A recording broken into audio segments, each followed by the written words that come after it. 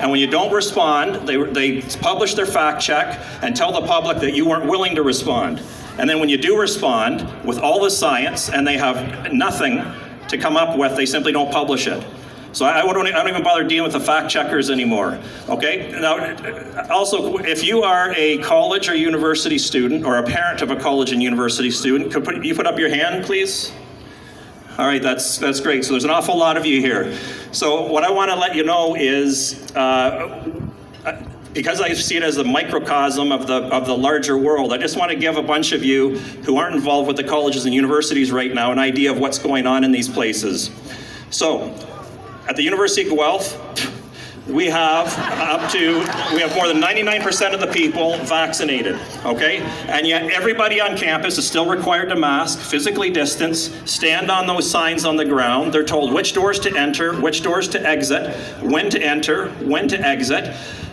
There's even instructions as to how to go to the bathroom if you're sitting in the middle of a seating area.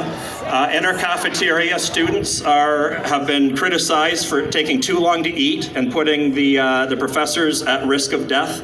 So they're limited in terms of how long they can be unmasked when eating. It's absolutely incredible. And the other thing that we've been finding is we have had, at the beginning, prior to the school year beginning, we had a whole bunch of students and staff who had exemptions granted. And then they were all rescinded. They were all asked to reapply. They all reapplied with the same information, and most of them were rejected the second time around.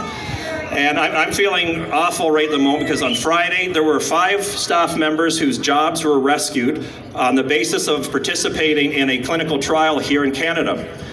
And on Friday, our university, so these exemptions were granted, and these people who were going to be put on unpaid leave, their jobs were rescued.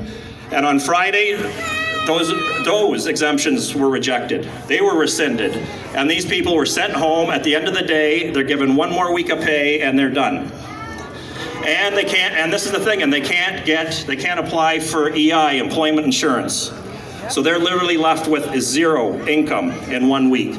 This is what our university is doing. This is what the University of Guelph is doing. This is what they're doing to our students. And I have seen students who have had to succumb to the vaccination because they have to choose between having a mental breakdown or a physical breakdown or getting vaccinated for their own survival, literally. Because in some cases they haven't slept for 3 days in a row. This is what's happening. This is the kind of coercion that's happening. There's no such thing as informed consent.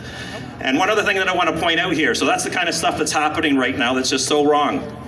Now, the other thing that we're ignoring here in Canada, and I just want to highlight this as a piece of science, because again, it's very clear we're not following the science. The science really isn't involved anymore. But this is an example of why these vaccine mandates make 0 sense. And this is the fact that our immune systems do actually work. They do actually function. I'm an immunologist, and I can tell you that our immune systems do what they're supposed to do. And there's a thing that we call naturally acquired immunity, which means historically we used to accept this idea that if you were exposed to a virus and you cleared that viral infection, you were left with immunity against that virus. You were protected from it. And the reality is it's very crystal clear now. We have a huge amount of scientific data showing that naturally acquired immunity beats the vaccine-induced immunity in every single way. Okay, so especially, I make vaccines, and these COVID-19 inoculations that are being used right now, they seem to have a duration of immunity, meaning a length of protection of somewhere in the ballpark of about 4.5 months. It is very difficult to design a vaccine to perform that poorly. Again, when people talk about the mandated vaccines that we've traditionally used, again,